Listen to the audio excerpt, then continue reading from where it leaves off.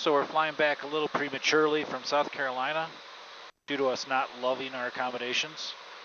And on the way back, my wife is like, hey, can you text Alex, her son, about picking her up at Linden Airport?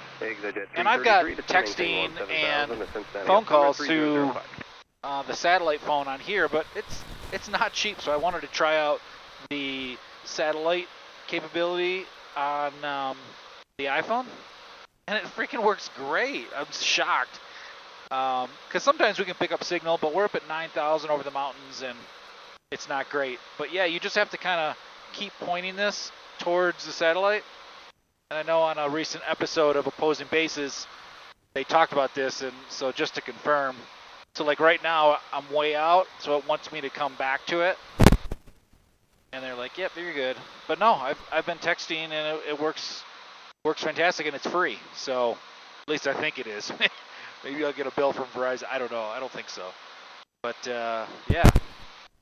So that's that story. We avoided a little blob of weather here. Maintain 14,000. And it's been a pretty smooth flight. We got a little bit, kind of a quartering tailwind here now. Not quite. Not quite a tail, but I'm pouring the coals to it to get home, and we're at, what is it, 68% power. We've got 14.1 Lena peak. Everything's looking really good. Let's go to the engine page.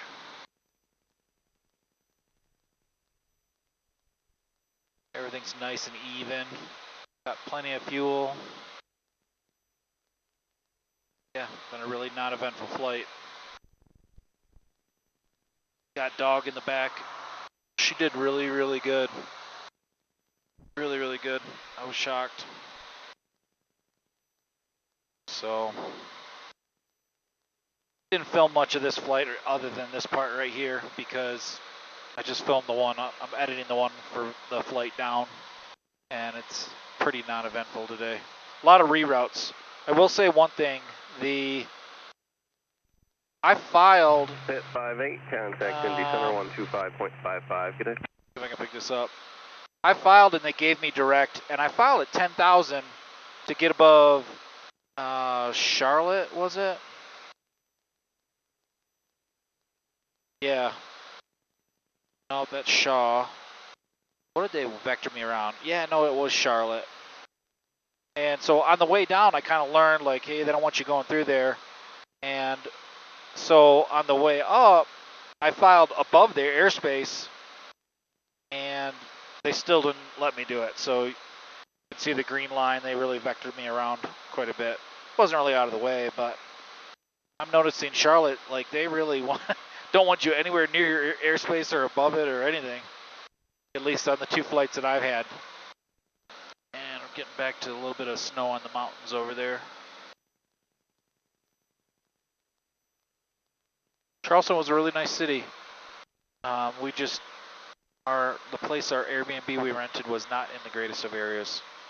So, lesson learned, and now if we go back there, we know where we'd like to be. That's really what we're trying to do right now, is trying to find a spot in the winter time, at least for a month or so, to get out of the cold weather in Michigan. So we've just kind of been starting to investigate some spots, and so if nothing else, we did learn that. When I got my plane back in July, I did a video on the cost estimates of what I was assuming everything was going to cost. And so I wanted to do an update to that now that we have 6 full months and show what my actual costs are. Again, in that other video, I explained, I understand this is not the cheapest. I understand this is not for everybody, but I just wanted to give you under the hood look at what my actual costs have been in the past 6 months and if I'm over under budget. So in my estimates, this is basically what I had in the last spreadsheet. Monthly and annual estimates for all sorts of different categories. And if we can see here, my total running cost to date is $88,000. If I take what my annual estimates are and say, let's equal this divided by 2, I should be at about 85,000, and if I go this equals this minus this, I'm about $3,300 over budget overall, which is not too bad. There's been a couple unforeseen things, but overall I'm pretty happy with that given the amount that we're talking about here. So I've got the running total of what I've actually spent over under budget. That's an annual basis if I'm over under, and then the average is per month of what I'm averaging right now. So per category, we can see that I'm pretty spot on with the hangar. Maintenance, I'm a little under, but I've got an annual coming up at the end of this month, and I know that's going to cost me at least probably $4,700. That's if nothing is wrong. It is under, most of it should be under warranty, and I did just get my brakes done, so I'm hoping it's still going to be between that $4,000 and $6,000. Fuel, I'm a little under budget. I budgeted $2,100. I'm at $17. Ramp fees, I budgeted $200. I'm at $123 average. Insurance was a one-time payment, kind of is what it is. That should go down next year with my commercial rating. Subscription, I'm at averaging 142 out of the 250. Miscellaneous, I just kind of threw a number in there, but I'm pretty far under that. Instruction, I'm over budget by $2,500. I've kind of I didn't realize how much time I'd spend in instruction doing some of the commercial stuff. Sometimes the weather was bad, but we still went up and did other instruction things and instrument training add-ons and just different stuff. So I kind of blew the budget on that right now. And like I've mentioned in other videos, I am going out to Kansas for GATS training. It's a 3-day course to finish my commercial. So that number will go down to, hopefully, I still like to fly with instructor every once in a while. So I should be able to stay in budget. So this is kind of a one-time off. I'm over, but I'm not really concerned about that because it's not an ongoing thing. Like I didn't estimate properly. So if we look over here per month, I've got it broken down of the actual cost. And in each category, I put in notes if, rather than just putting a value in, we can see like in September under maintenance, we had a 100-hour inspection. In October, I had a tire replaced that I put a flat spot on. I needed 4 quarts of oil added and 2 gallons of TKS. We can see in November, I had an oil change, $550. And side note, there's a guy on YouTube. His channel is Elevate. I don't really have plans on changing my own oil, but I watched this guy's full video, this 1-hour video of changing oil. I've never seen a better tutorial video.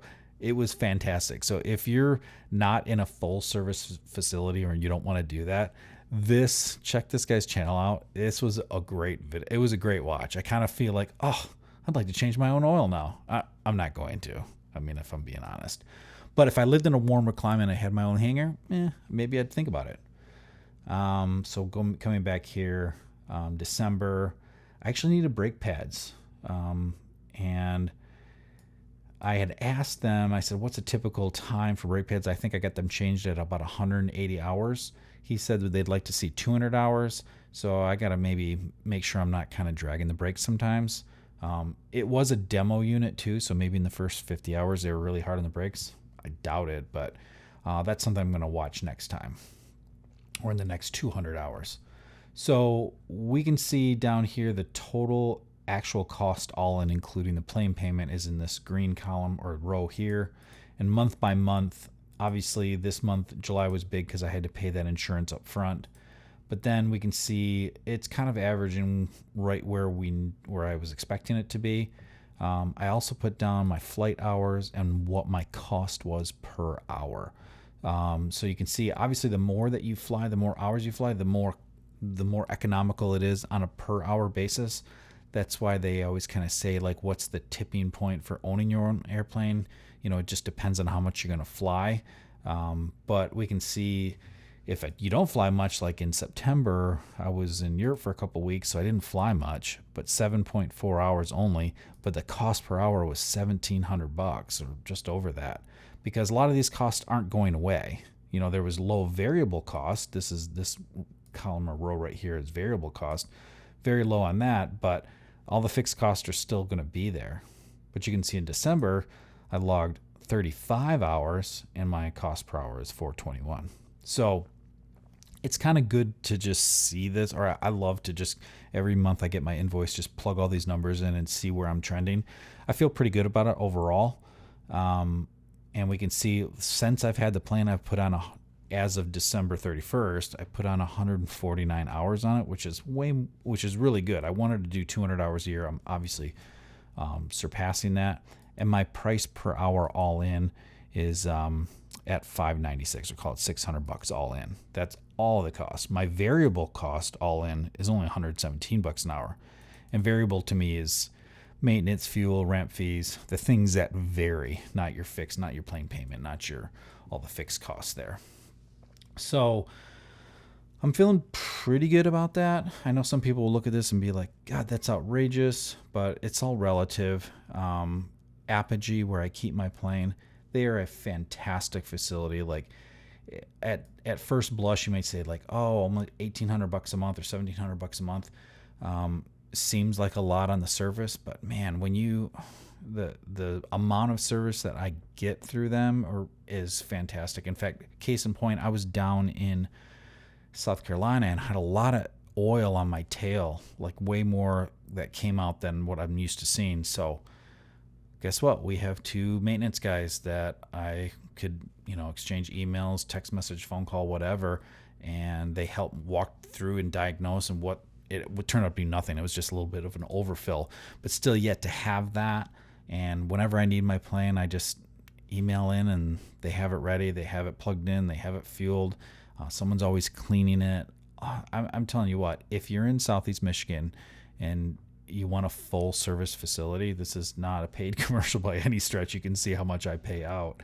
It's well worth it. They're fantastic, and I can't say enough about them. So there's a little bit of extra cost there. I could go get a T hanger for way less, but if you value your time, I said this before in the other video, if you value your time and you value all those extras that you get, including like seminars, like this past week they do like monthly seminars. They're great. And it's good. It's a good place to talk to other pilots, bounce other ideas off, things like that. Check them out. If you're in Michigan, check them out. You won't be disappointed. So yeah, overall, on pace. I'll be curious to see how the rest of the year ends up. I'll share it with you guys. I don't mind being transparent. I think it's good to see this stuff. If you're thinking about purchasing a brand new plane and going the same route I did, this is what you can expect. Not very cheap, but man, super enjoyable. I've been loving every minute of flying that thing. I went up flying today. It's great. It's super, super great. So I got a couple more videos in the queue coming up, and in early March, I'm going to go take that trip out to Kansas to do my commercial. So I'll probably document some of that. So we'll see you guys soon.